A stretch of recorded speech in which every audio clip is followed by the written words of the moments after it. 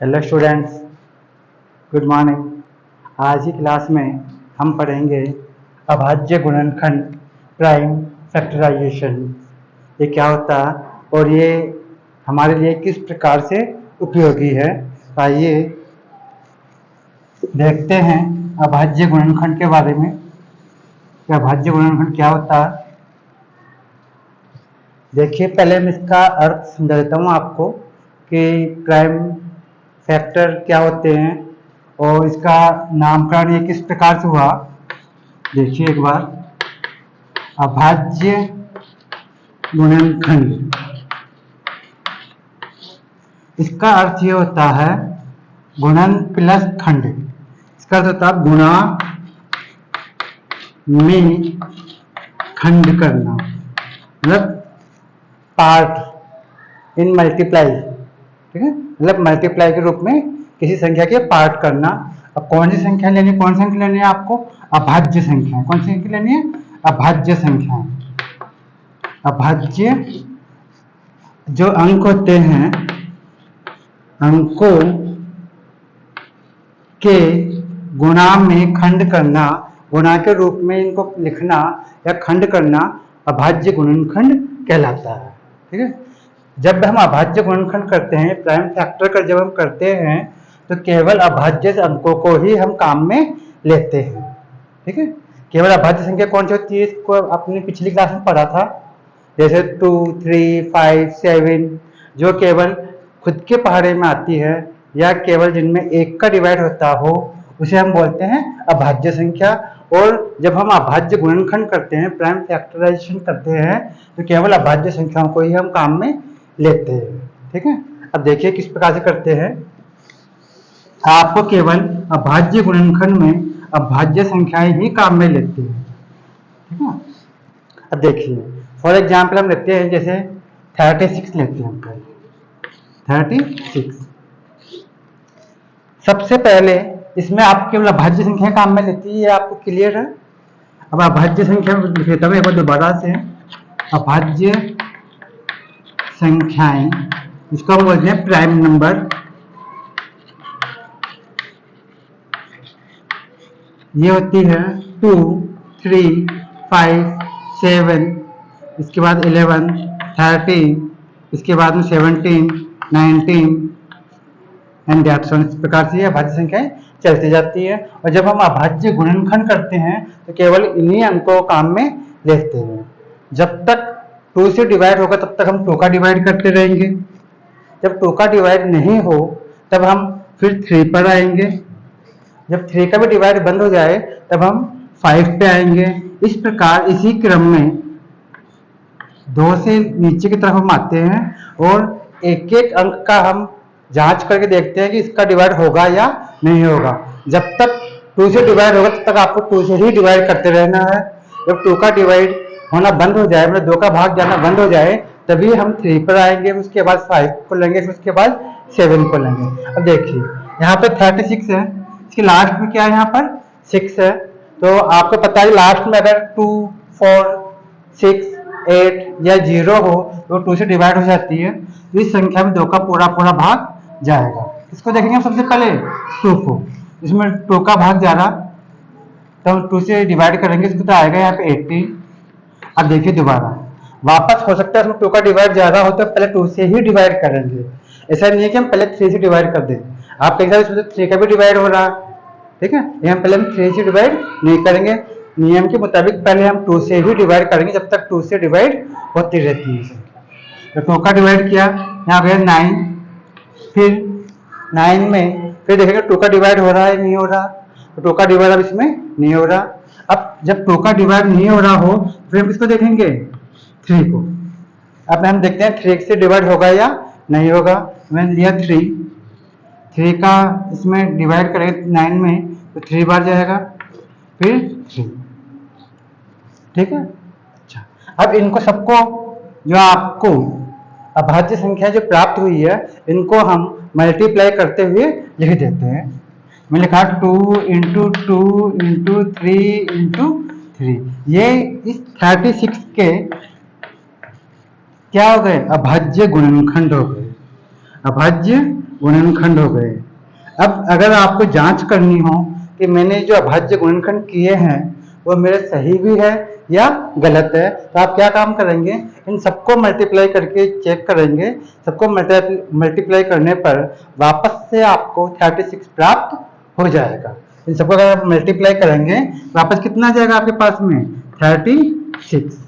इसका अर्थ ये हुआ कि आपका 36 के मतलब प्राइम नंबर के अनुसार फैक्टर हो गए। इसको हम बोलते हैं प्राइम फैक्टर करना। ठीक है, इतना समझ में आ गया होगा। अब देखो आगे वो कौन देखते हैं। मान लीजिए आपके पास में एक कोई दूसरी संख्या है 225, हमने ये संख्या ले ली एक। अब देखिए सबसे पहले हम 2 की जांच करेंगे कि ये संख्या 2 से डिवाइड हो सकती है या नहीं हो सकती। जब तक 2 से डिवाइड होगी तब तक हम 2 से ही डिवाइड करेंगे। तो पहले हम 2 की जांच करेंगे। 2 की जांच करेंगे तो देखिए लास्ट का क्या है, 5 है, इसलिए ये संख्या 2 से डिवाइड नहीं हो सकती।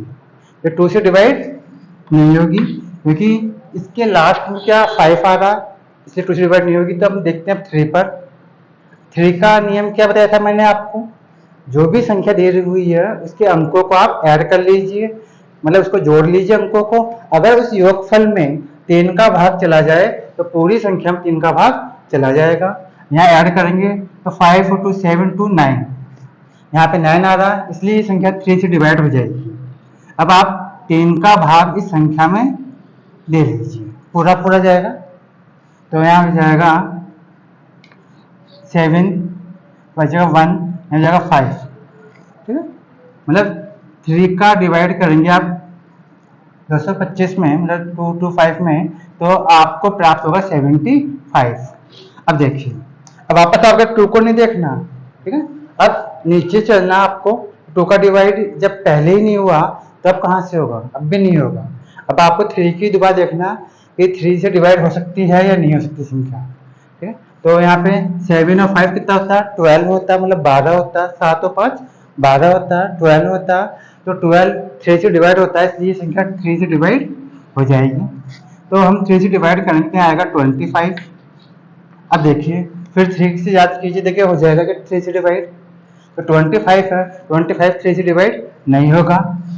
इसलिए अब हम नेक्स्ट संख्या कौन सी है यहाँ पर, 5। अब 5 की देखेंगे। ठीक है, अब 5 को देखेंगे ये 5 से डिवाइड होता है या नहीं होता। अभी 5 से डिवाइड हो जाएगी, यहाँ आएगा 5।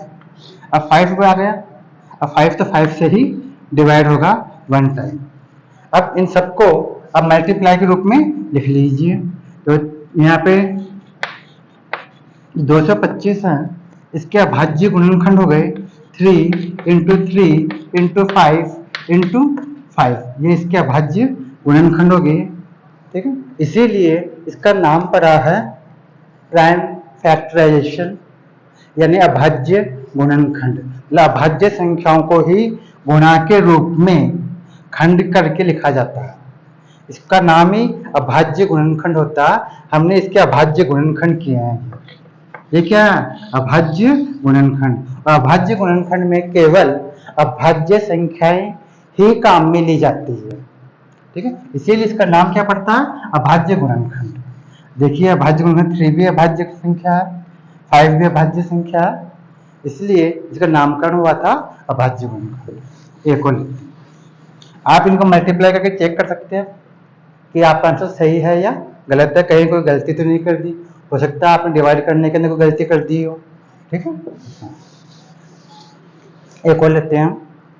मैंने लिया 6 6 0, इसका आपको अभाज्य गुणनखंड करना। सबसे पहले हम 2 की जांच करेंगे। स्टार्टिंग में वैसे 2 से ही करते हैं हमेशा। ठीक है, पहले 2 को देखेंगे 2 का भाग जाएगा या नहीं जाएगा। जब 2 का भाग यदि जा रहा हो तो जब तक 2 का भाग जाए तब तक आपको 2 का ही भाग देना है, और जब 2 का भाग जाना बंद हो जाए या 2 का भाग जा नहीं रहा हो, नहीं जाए, तब हम 3 की जांच करेंगे, 3 का भाग जाएगा या नहीं जाएगा। और 3 का भी भाग नहीं जाए तो हम किसका देखेंगे, 5 का देखेंगे। 5 के बाद हम 7 पे आएंगे, 7 के बाद हम सीधे 11 पे आएंगे। 11 का भी नहीं जाए तो हम 13 की जांच करेंगे, 13 की जांच करेंगे, इसके बाद 17 की जांच करेंगे, फिर 19 की, एंड इस प्रकार से हम आगे की जो अभाज्य संख्या है उनको ही हम काम में लेंगे। अब देखिए यहाँ पे लास्ट में 0 इसलिए 2 से डिवाइड हो जाएगा, 2 से डिवाइड किया हो जाएगा 330। अब लास्ट में 0 अभी भी, फिर वापस 2 से डिवाइड हो जाएगा, तो 2 से हम डिवाइड करेंगे तो यहाँ आएगा 1, यहाँ जाएगा 13, तो यहाँ जाएगा 6, तो जाएगा 1, यहाँ 5। ठीक है, अब देखिए वापस 2 से डिवाइड होगा कि नहीं होगा? अभी 2 से डिवाइड नहीं होगा, तो 2 से डिवाइड नहीं हो रहा हो तो वो किसको लेंगे हम? 3 को। अब 3 को लेकर देखिए आप, 6 1 7 7 और 5 12 होता है, 12 3 से डिवाइड होता है, इसलिए संख्या 3 से डिवाइड हो जाएगी। हम क्या लेंगे यहाँ पर? 3 लेंगे, तो 3 से डिवाइड करेंगे 5 टाइम 1 फिर 5। अब देखिए वापस देखिए 3 से डिवाइड होगा कि नहीं होगा? तो यहाँ पे 5 और 5 को ऐड करके कितना आएगा? 10 आएगा। 10 3 से डिवाइड नहीं होता है, इसलिए संख्या में 3 का भाग नहीं जाएगा। तो हम किसका लिखेंगे अब? 3 का भाग अब नहीं जा रहा, आप किसका देखेंगे? हम 5 को देखते हैं। देखिए अब 5 का नियम ये है कि लास्ट में 0 या 5 होना चाहिए, या लास्ट में 5 इसलिए 5 का भाग इसमें चला जाएगा, तो ये कितना हो जाएगा? 1 11। ठीक है, अब देखिए इसके बाद 11 आ गया। 11 खुद एक अभाज्य संख्या, देखिए यहाँ पर आएगा, तो 11 खुद एक अभाज्य संख्या है, इसमें किसी अन्य संख्या का तो भाग जाएगा नहीं, इसलिए 11 में केवल हम 11 का ही भाग देंगे। 11 म्हणजे 11। अब इन सबको मल्टीप्लाई के रूप में लिख दीजिए। हम लिखेंगे 660 की जो अभाज्य गुणनखंड है वो हो गए 2 इंटू 2 इंटू 3 इंटू 5 इंटू 11। इनको आप अगर मल्टीप्लाई करेंगे तो वापस आपको 660 प्राप्त हो जाएगा। तो देखिए सिर्फ अभाज्य संख्याएं ये 2 2 3 5 और 11। ठीक है, आपको समझ में आ गया होगा अभाज्य संख्याओं के गुणनखंड, अभाज्य गुणनखंड किस प्रकार से किए जाते हैं। ठीक है, अब आप कहेंगे सब अभाज्य गुणनखंड हमारे किस प्रकार से उपयोगी, हमारे किस काम में आते हैं। तो नेक्स्ट क्लास में मैं आपको बताऊंगा कि अभाज्य गुणनखंड की सहायता से एलसीएम मतलब लसअप और मैसअप यानी एचसीएफ किस प्रकार से निकाला जाता है, और भी हमारे कई काम में आते हैं। सबसे पहले हम इसका उपयोग सीखेंगे लसअप और मैसअप के रूप में, कि लसअप और मैसअप अभाज्य गुणनखंड से किस प्रकार निकाले जाते हैं, जो हम सीखेंगे नेक्स्ट क्लास के अंदर। धन्यवाद।